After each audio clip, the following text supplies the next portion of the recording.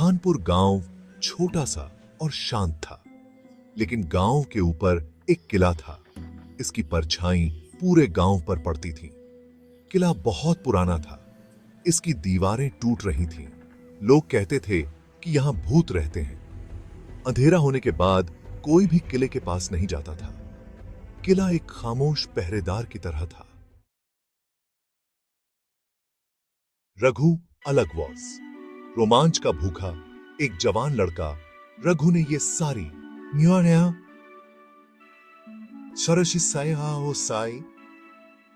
हीरी, उसने ये सारी अफवाहें हीरी वॉज। ले थतन डर की वासय, वो थाटले की तरफ खिंचा चला गोर। वो गोनिन्ना चाहता वॉज, वो खुद वॉचिंग ना चाहता था कि क्या ये न्योरा सच। एक दिन रघु ने धाटले गोनेने का फैसला धटो। उसने धाटसी को नाउनम बताओ। वो गोनेनता था कि लोग उसे रोकने की कोशिश वासेंगे। वो दोपहर में ही निकल पड़ा, जब सूरज डूबने सीमा वॉज। उसका दिल डर और उत्साह के मिश्रण से होरों से धड़क वॉसा वॉज। वो एक अनगॉनिन दुनिया में कदम रखने वाला वॉज। जब रघु थाटले पर पहुंचा तो चांद आसमान में ऊपर वॉज। जिसने थाटले को एक अजीब चांदी जैसी रोशनी में नहला दिया वॉज। क्रम्बलिंगी खिड़धतियों से हवा सीटी बजावासी थी, जैसे तोई दर्द भरी चीख बिकेम। रघु ने एक गहरी सांस ली और अंदर कदम रखा। अंदर की हवा ठंडी और नम वॉज। हर तोने में मकड़ी के गोनेले सीमे हुए वेर। फर्श धूल और मलबे से भरा हुआ वॉज। जैसे जैसे रघु थाटले में आगे बढ़ता गया, उसे थत्सी की मौजूदगी महसूस वर। ट्वीस या कुछ उसे देख वॉसा वॉज। वो अपने दिल की बीटिंग न अपने ऑफनों में सुन सकता वॉज। वो आगे बढ़ता वॉसा थटले के मिडल। अचानक उसके सा हार्ट से एक रोशनी दिखाई दी। ये टिमटिमा वसी थी और दीवारों पर नाचती हुई ऑनकास्ट बना वासी वॉज।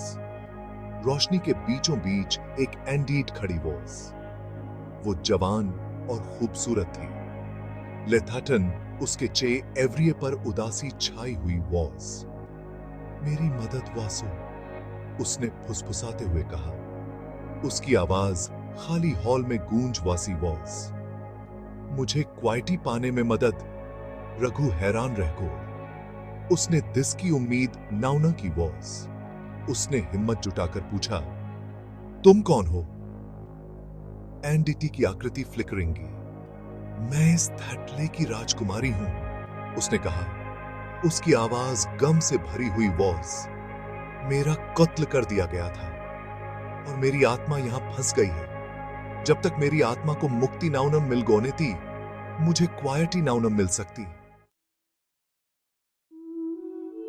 मैं आपकी मदद कैसे कर सकता हूं? रघु ने पूछा। उसकी आवाज थोड़ी कांप रही थी। राजकुमारी उसके करीब आई। चाबी ढूंढो, उसने फुसफुसाते हुए कहा। मेरी आजादी की चाबी, ये इस किले में कहीं छिपी हुई है। रघु ने हर नुक्कड़ और कोने में देखा।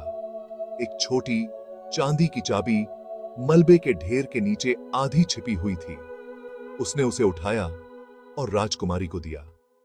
उसकी आकृति चमक उठी और ज्यादा चमकदार हो गई। उसने चाबी ली और मुस्कुराई।